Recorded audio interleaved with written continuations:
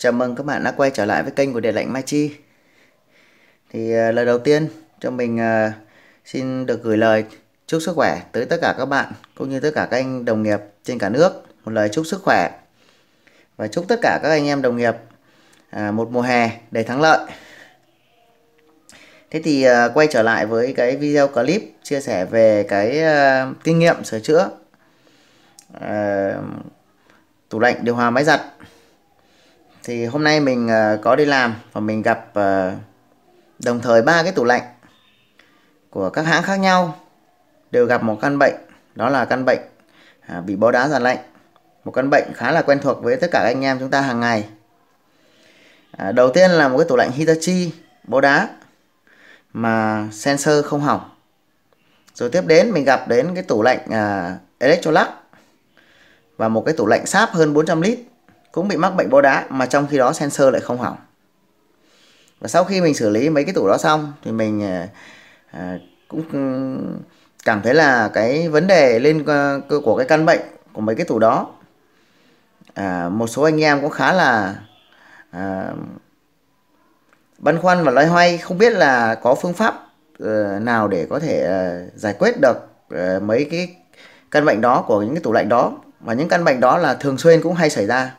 Chính vì thế mà mình sẽ làm cái video clip này để hướng dẫn cũng như là chia sẻ cho tất cả các anh em đồng nghiệp, để chúng ta cho những anh em nào mà còn chưa nắm được thì chúng ta có thể là hiểu được cái nguyên lý làm việc cũng như là cái cách làm để chúng ta có cái phương pháp giải quyết một cách và nhanh nhất cho khách hàng. Đấy, thế khi mà một cái tủ lạnh mà sử dụng bo mạch chạy mono, không phải là máy inverter, tất nhiên là máy inverter vẫn có cách giải quyết, nhưng mình sẽ làm video clip để chia sẻ sau bởi vì nó có khác một chút.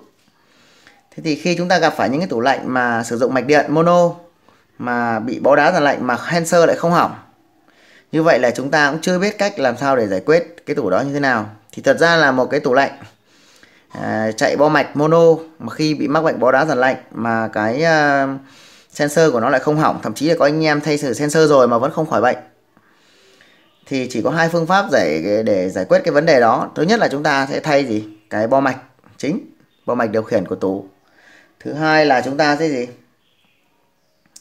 chúng ta sẽ một số cái thì anh em có thể đưa ra cái giải pháp là chúng ta chạy lại dây điện bằng hệ thống cơ, nhưng mà như thế thì thực sự là rất là phức tạp và nan giải đối với một số cái model tủ không thuận lợi. Và cái giải pháp thứ hai mà mình đưa ra đó chính là chúng ta vẫn sử dụng cái bo mạch điện đó mà chúng ta chỉ độ nguyên cái vấn đề xả đá cho cái tủ lạnh đó. Như vậy cái tủ lạnh đó sau khi chúng ta độ xong nó sẽ trở thành cái loại gọi là cơ bán điện tử. Đấy, tức là vừa chạy bo mạch mà lại vừa chạy hệ thống cơ. Mà mình đã làm rất là nhiều và mình thấy là độ bền bỉ rất là cao và yên tâm sử dụng cho khách hàng, bởi vì mình đã xử lý rất là nhiều và mình kết luận được là như vậy là khá là ổn. Cho nên mình đã làm video clip này để chia sẻ cho các anh em. Để độ được cái xả đá cho cái tủ lạnh như vậy thì đôi khi anh em chúng ta nắm được thì chúng ta làm rất là nhanh. Bởi vì là nếu để thời gian chúng ta thay một cái bo mạch thì đôi khi cái bo mạch chúng ta phải đi đặt linh kiện nó rất là lâu. Và chúng ta độ thì chúng ta lại chả cần nhiều linh kiện ngoài những linh kiện chúng ta đã sẵn có trong túi đồ nghề và cũng như là rất thành thạo về nó. Vậy thì để không làm mất thời gian của anh em nữa thì sau đây mình xin chia sẻ các anh em về cái phương pháp chúng ta độ xả đá cho những cái tủ lạnh chạy mạch điện mono. Đầu tiên thì mình sẽ chia sẻ cho anh em nắm được về cái nguyên lý làm việc cũng như là cái cách hoạt động của nó. Rồi sau đó mình sẽ hướng dẫn anh em chúng ta thực hiện trên những cái linh kiện thực tế. Thật ra là khi mình đi làm ở nhà khách ấy, thì mình không có thời gian, do cái công việc mùa hè nó nhiều cũng như là làm tại nhà khách, mình không có điều kiện để quay được cái video clip trực tiếp chia sẻ cho các bạn mình độ trên tủ nó như thế nào. Khi các bạn làm quen rồi thì thực ra thời gian thi công chỉ khoảng tầm 15 phút thôi, không lâu gì, rất là nhanh thôi. Thì sau đây mình không làm mất thời gian của anh em nữa, các anh em chú ý theo dõi, mình sẽ phân tích cái nguyên lý của nó một chút. Nhìn thì nó nhiều nhưng thực ra nó rất là dễ, các anh em chú ý theo dõi.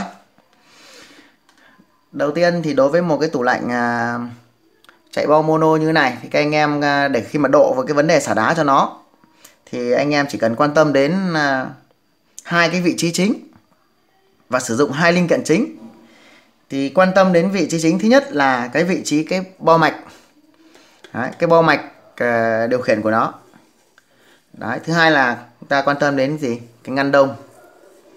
Trong cái ngăn đông chúng ta sẽ thao tác gì và làm gì ở đấy, và trong cái bo mạch điều khiển của nó thì chúng ta sẽ làm gì ở trên cái bo mạch đó. Thì tại cái vị trí bo mạch điều khiển như này thì anh em chỉ cần quan tâm đến hai cái dây điện cấp cho hai cái cấp cho hai cái thiết bị chính mà chúng ta quan tâm. Đó là các anh em thấy là đối với cái bo mono thì bao giờ có một cái dơ le to và một cái dơ le bé. Thì cái dơ le to sẽ cấp điện cho block máy chạy làm việc, còn một cái dơ le bé thì cấp điện cho hệ thống xả làm việc. Đấy, và anh em quan tâm thêm một vấn đề nữa, đó chính là cái dây mà cái sensor xả đá, cái sensor, cái cảm biến xả đá nhé, mà nó nằm ở trên cái ngăn đông này nó chạy về là cái dây nào. Chúng ta chỉ cần quan tâm đến hai cái dây đấy của con sensor xả đá về đây là dây nào. Như vậy trong một cái bo mạch điều khiển chúng ta chỉ cần quan tâm đến gì? Dây cấp lốc, dây cấp xả đá và dây của cái sensor xả đá chạy từ trên khoang, từ trên ngăn đông chạy về là dây nào. Đó. Thế thì cái vấn đề thứ hai mà chúng ta quan tâm đó chính là gì? Cái ngăn đông. Trên ngăn đông, trong ngăn đông thì chúng ta chỉ cần quan tâm đến là gì? Hai cái linh kiện chính ở trong đó. Thứ nhất là cái dây mà cấp xả đá ở đây này, cái dây cấp xả đá từ cái dơ le bé ở bo mạch này, nó chạy lên đây là cái dây nào. Nó chạy lên đây thì bao giờ nó sẽ mắc vào gì? Vào cái cầu chì và cái sấy.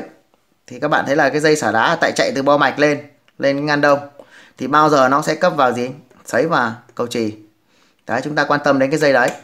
Và cái thứ hai chúng ta quan tâm đến thì trong một cái ngăn đông á thì nó có thể có nhiều cái cảm biến, có thể 1, 2 cảm biến. Có thể có loại thì chỉ có gì? Một cái cảm biến xả đá thôi. Có loại thì có cả cảm biến gì? Nhiệt độ của ngăn đông nữa. Như vậy như chúng ta chỉ cần quan tâm đến cái cảm biến xả đá mà nó gắn trên cái dàn lạnh thôi. Cái cảm biến nào mà nó gắn ở trên cái dàn lạnh, đó chính là cảm biến xả đá. Chúng ta quan tâm đến cái cảm biến đó là cái dây nào. Đấy, thế thì để thao tác độ cái vấn đề xả đá này thì ở đây mình đã ghi chú từng cái vấn đề rồi, thì các bạn quan tâm từng cái mục một thì chúng ta hiểu ra vấn đề. Thì chúng ta sẽ làm như sau. Thì cái linh kiện chúng ta sử dụng để mà độ cho cái vấn đề xả đá này, chúng ta chỉ cần sử dụng hai cái linh kiện chính. Đó là một cái con cảm biến âm, chính là cảm biến phá băng mà chúng ta thay thế hàng ngày, quen thuộc, rất là quen thuộc. Đấy. Thứ hai là chúng ta quan đến đó là cái đồng hồ thời gian. Đó là hai cái linh kiện chính mà chúng ta sẽ sử dụng để độ xả đá cho tủ lạnh. Thế thì chúng ta sẽ thao tác như sau. Đối với phần bo mạch điều khiển của nó thì chúng ta vừa nãy mình nói là quan tâm đến hai cái dây là dây gì? Dây cấp lốc và dây xả đá. Thì chúng ta đầu tiên chúng ta đi dây cấp lốc trước. Chúng ta sẽ cắt đôi nó ra. Chúng ta sẽ cắt đôi cái dây cấp lốc ở bo mạch ra. Cái dây cấp lốc mà từ bo mạch này chúng ta cắt đôi nó ra. Thì chúng ta cắt đôi ra thì nó thành hai cái đầu như thế này. Mình sẽ ký hiệu đầu thứ nhất là lốc 1 và đầu thứ hai là lốc 2.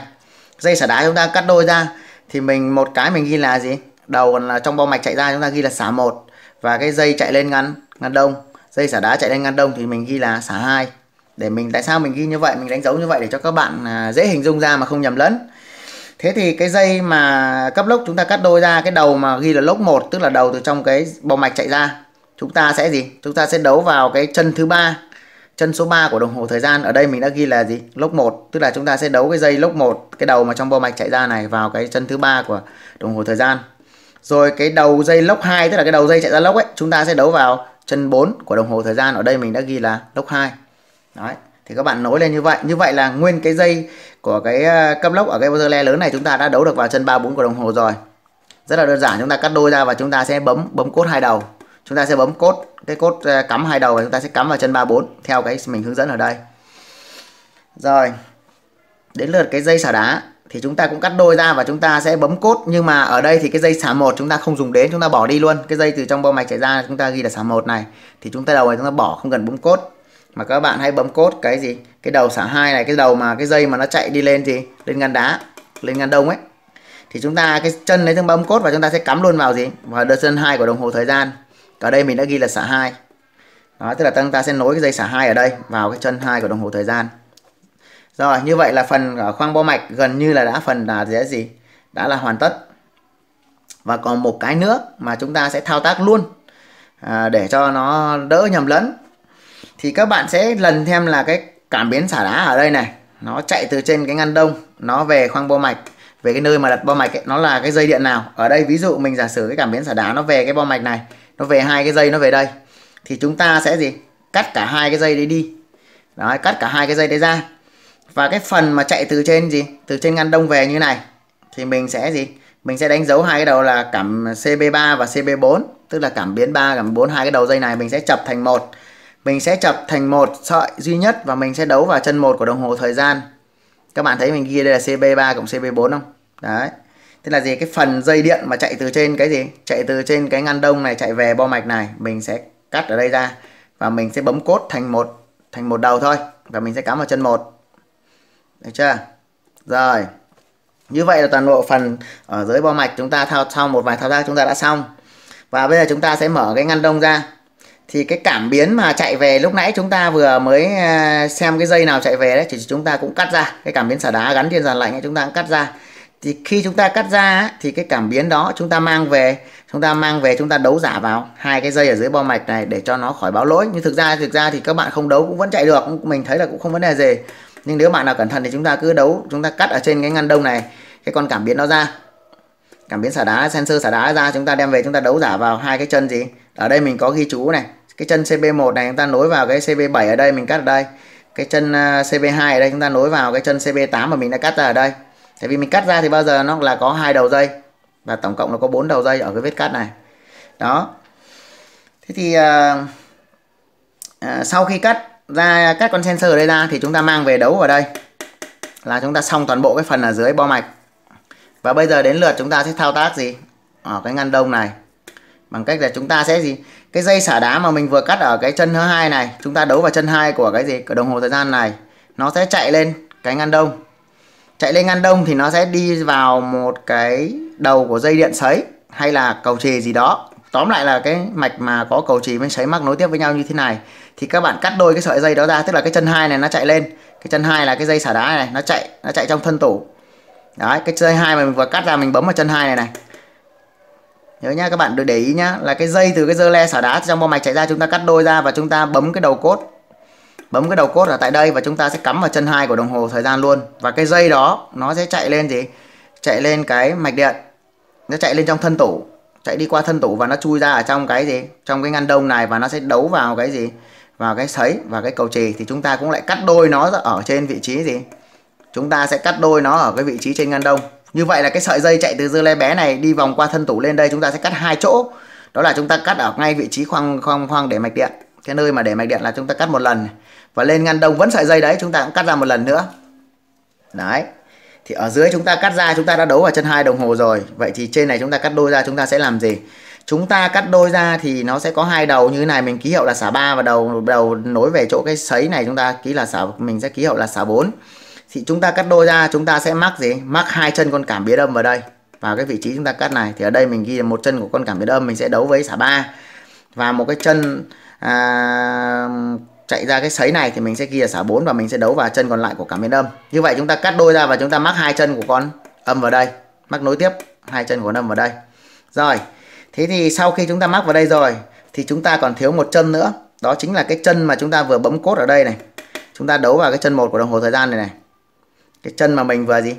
Thực ra là mình cắt ở chỗ này này là để mình gì? Mình cắt ở chỗ này ra để mình đấu con cảm biến xả đá này về đây và mình sẽ lấy cái sợi dây, chính cái sợi dây của nó, cái sợi dây mà nó chạy trong thân tủ ấy, để mình làm gì?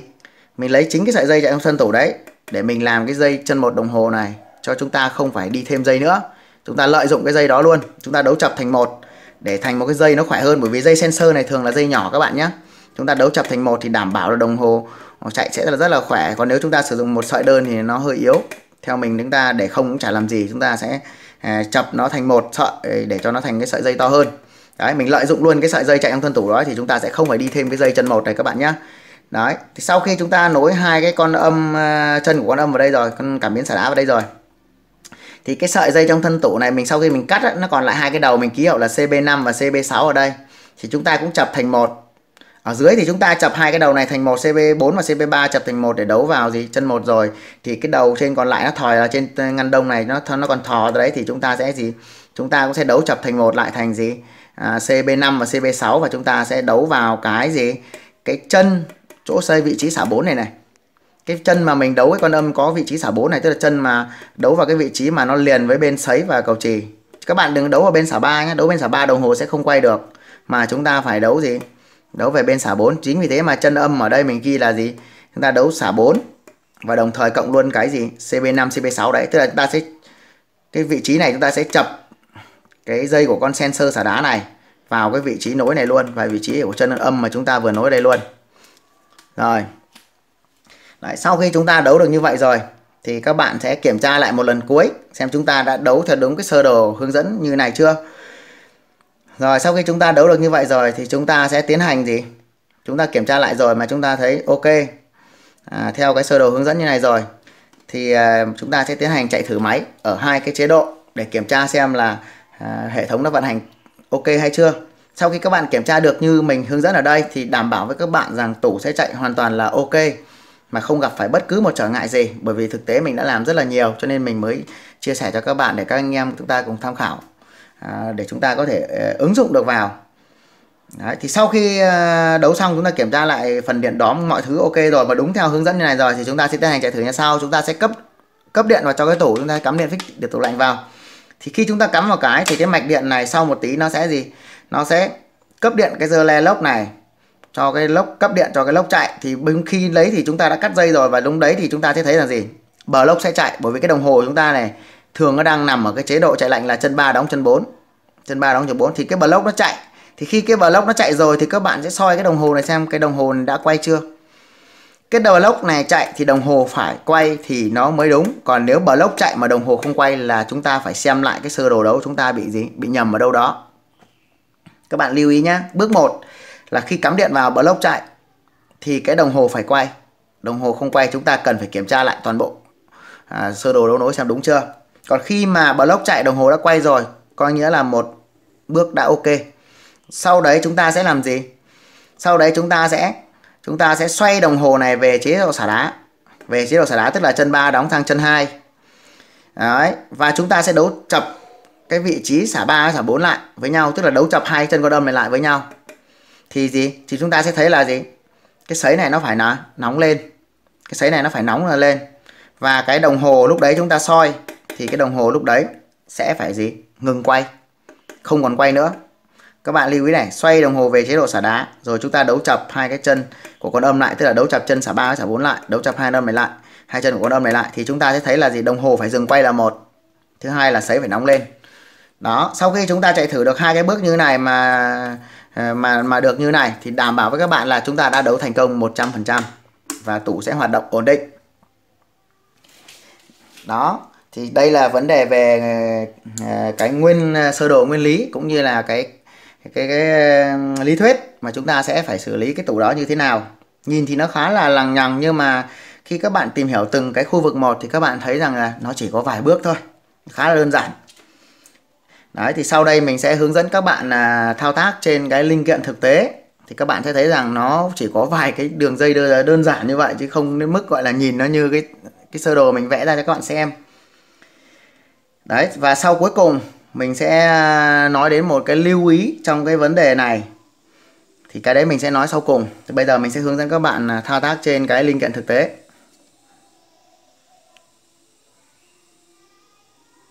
Đấy, bạn nào mà không nhớ chúng ta có thể chụp ảnh cái hướng dẫn này của mình lại và chúng ta khi nào gặp phải chúng ta sẽ mang ra xem và chúng ta sẽ đấu nối theo như vậy. Các bạn chỉ cần lưu ý cho mình là trước khi các bạn cắm điện vào để thử máy lần đầu tiên thì các bạn nên kiểm tra lại cái sơ đồ đấu nối của mình, của các bạn đã đúng như cái hướng dẫn của mình ở đây chưa. Sau khi các bạn kiểm tra thật kỹ mà đúng như vậy rồi thì các bạn cứ yên tâm mà cắm điện, không có vấn đề gì cả nhá. Rồi, thì ở đây mình có một cái mạch điện của cái tủ lạnh Mono, Panasonic Mono. Thì cái vấn đề mà về độ chế cái xả đá cho cái tủ chạy Mono như này thì các bạn có thể độ cho bất kỳ một cái tủ lạnh chạy bo mạch điều khiển như thế này nhưng là Mono chứ không phải inverter, thì các bạn có thể độ cho bất kỳ một cái tủ lạnh như nào mà nó chạy mạch điện mà là Mono. Thì mình hướng dẫn chung. Nguyên lý nó như nhau thôi. Còn đối với cái tủ inverter thì nếu xảy ra cái vấn đề bị mất cái xả đá từ cái IC tổng đấy thì chúng ta vẫn có cái phương pháp độ được, nhưng mình sẽ làm cái video clip khác, bởi vì cái đó nó khác một chút.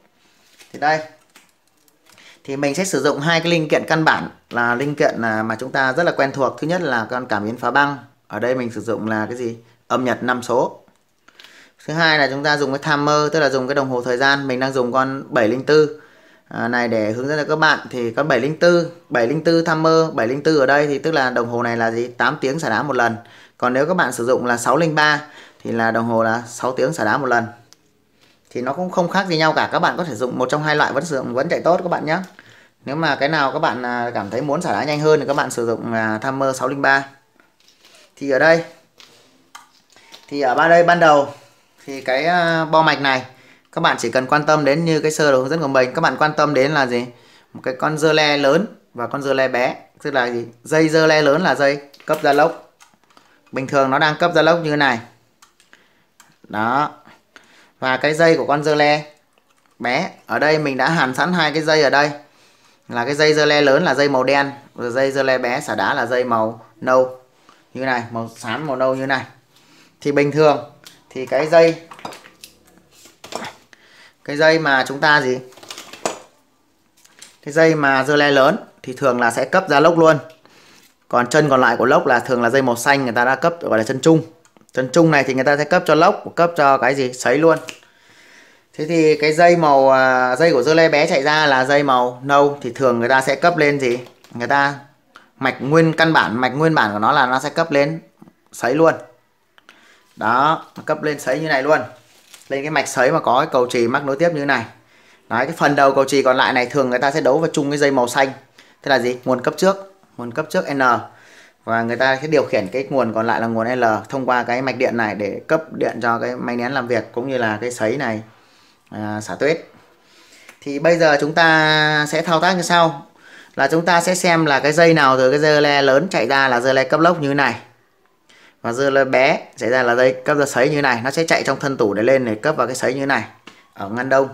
Thì chúng ta đầu tiên chúng ta thao tác, các bạn có thể là kiếm một cái rắc 4 chân như thế này để chúng ta cắm cho nó tiện, cũng như là hoặc là các bạn không có thì các bạn có thể dùng gì, từng cái cốt đơn, từng cái dây cốt đơn chúng ta đấu nối vào. Thì mình sẽ cắm sẵn cái đồng hồ này vào đây đấy, để cho chúng ta dễ dàng thao tác. Thì nếu mà các bạn kiếm được cái rắc như này thì chúng ta thao tác quá là ok luôn, vì là nó rất là gọn. Còn nếu các bạn không có thì chúng ta cắm rắc đơn cũng vẫn ok, chẳng có vấn đề gì cả. Thì ở đây thì mình giới thiệu cái chân của nó như này. Chân số 1 chính là dây màu xám, chân số 2 là dây màu trắng.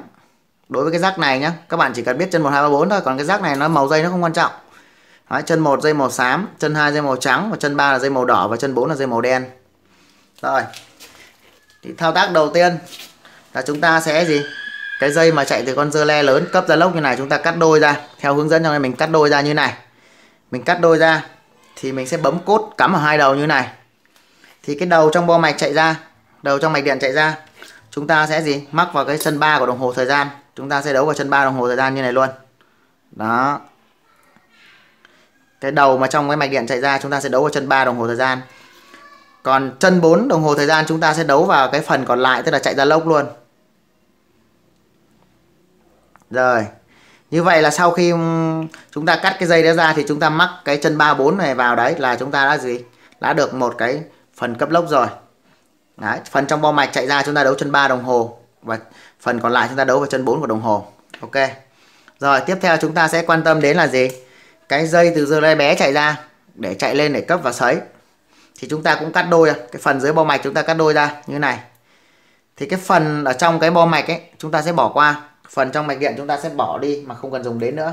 Vì phần này nó không còn có tác dụng nữa.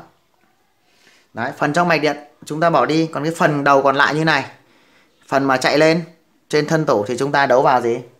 Chúng ta sẽ đấu vào cái chân 2 của đồng hồ. Ở đây chân 2 là dây màu trắng. Chúng ta đấu vào chân 2 của đồng hồ như này. Đó. Rồi. Thế còn đối với cái gì? Cái chân 1. Chân 1 của đồng hồ ở dưới khoang bo mạch ấy thì chúng ta gì? Ở đây mình giả sử là cái con sensor nó chạy về. Nó chạy từ trên mạch điện, từ trên ngăn đông chạy về. Cái sensor xả đá này chạy từ trên ngăn đông chạy về. thì mình sẽ cắt cái dây ở cái vị trí của cái mạch điện này đây. Mình sẽ lấy con sensor ở trên ngăn đông mình vừa nói, mình cắt ra và đem về mình đấu vào mạch điện như này để cho nó khỏi báo lỗi. Thì cái sợi dây mà nằm ở trong thân tủ đấy, chúng ta sẽ gì? Chúng ta sẽ lợi dụng cái sợi dây đó, chúng ta sẽ bấm cốt lại và đầu chạy về dưới mạch điện, chúng ta sẽ đấu vào gì? Chân 1 của đồng hồ này luôn. Thế còn cái đầu ở trên ngăn đông, cái đầu mà nằm ở trên ngăn đông ấy, cái đầu của cái dây sensor này nằm ở trên ngăn đông ấy, nó còn lại mà chúng ta vừa cắt đi mà nó còn lại đây, chúng ta đấu chập lại và chúng ta sẽ đấu vào cái gì? Vào cái vị trí cái chân cảm biến âm. Thì tí chúng ta sẽ đấu sau. Cái chân này các bạn có thể để lại đấu lại cuối cùng để chúng ta đỡ bị nhầm lẫn. Rồi thì quay trở lại cái chân 2. Cái chân 2 của cái vị trí, cái chân 2 mà của cái dơ le bé này, cái chân của cái dơ le bé này chạy lên, chúng ta cắt đôi ra. Và đầu ở phía dưới này thì đầu bo mạch chúng ta bỏ đi. Còn cái đầu mà gì? Cái đầu mà chạy lên thân tủ để lên ngăn đông thì chúng ta sẽ đấu vào cái chân 2 của đồng hồ như thế này. Thì lên trên mạch điện chính là cái sợi dây này, vẫn chính là cái sợi dây này, nó lên trên ngăn đông thì nó vẫn chính là cái sợi dây chân 2 đồng hồ này chạy lên. Thì chúng ta ở trên ngăn đông chúng ta lại cắt đôi nó ra, lại cắt đôi ra như này.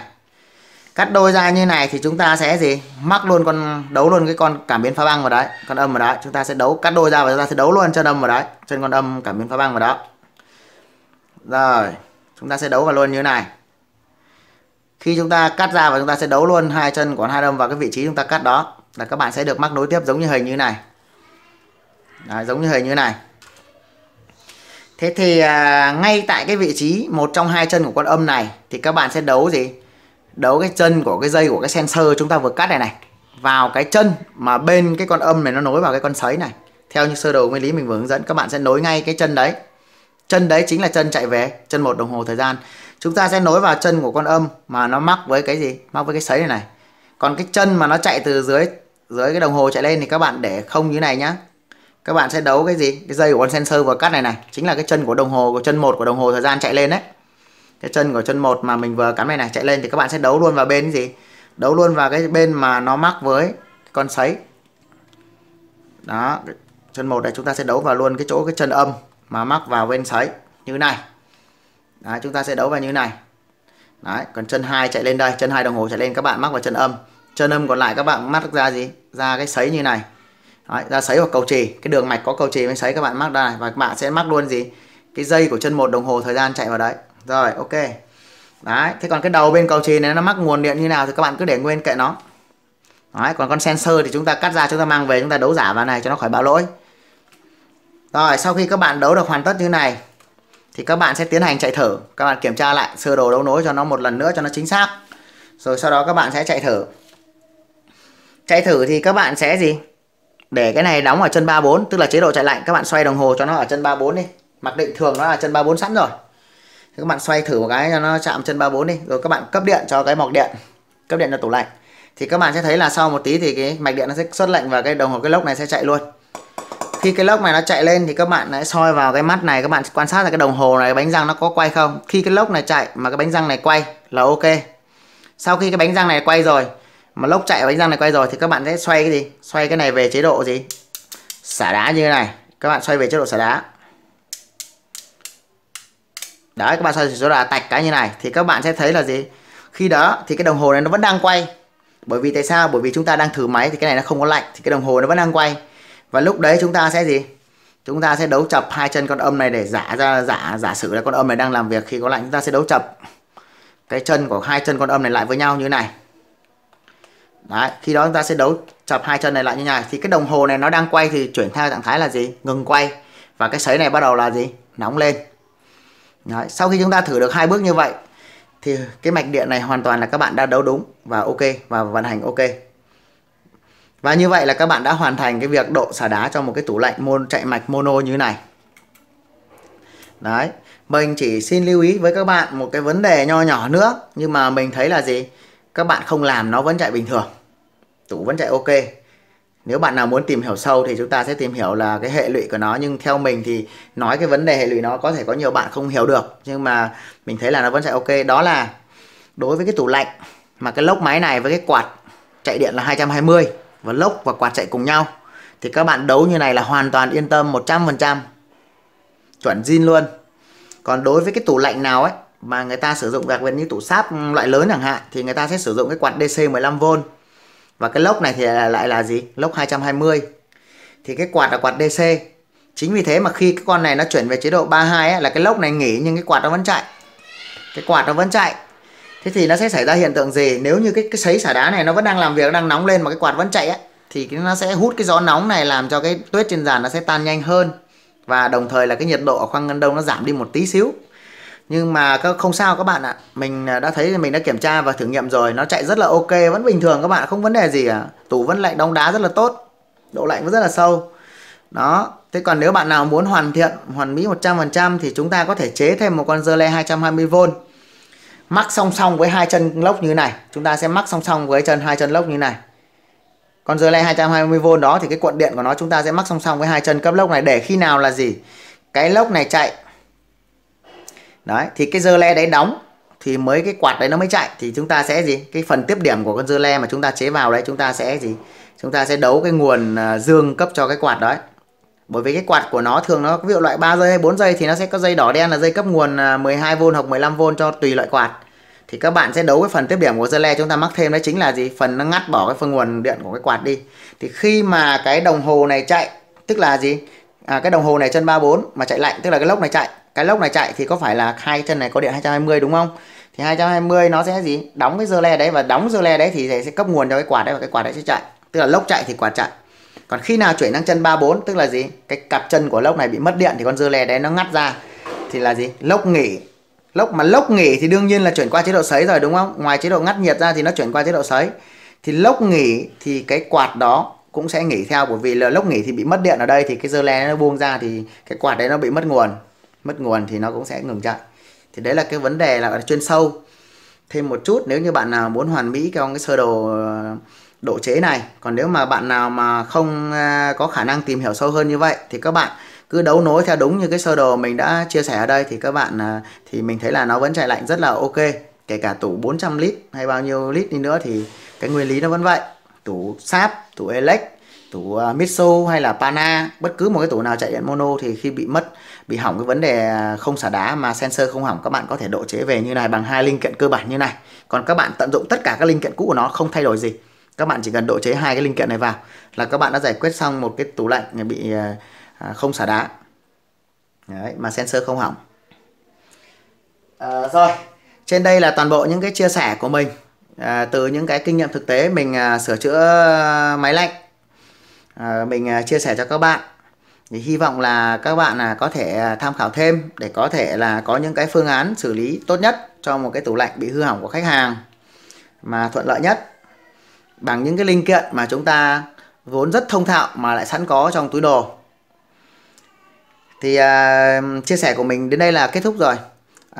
Mình mà xin dừng video hướng dẫn ở đây. Và mình cảm ơn tất cả các bạn đã dành thời gian quan tâm theo dõi video của mình. Nếu như các bạn thấy video của mình chia sẻ là có hữu ích thì hãy ủng hộ mình bằng cách là like video.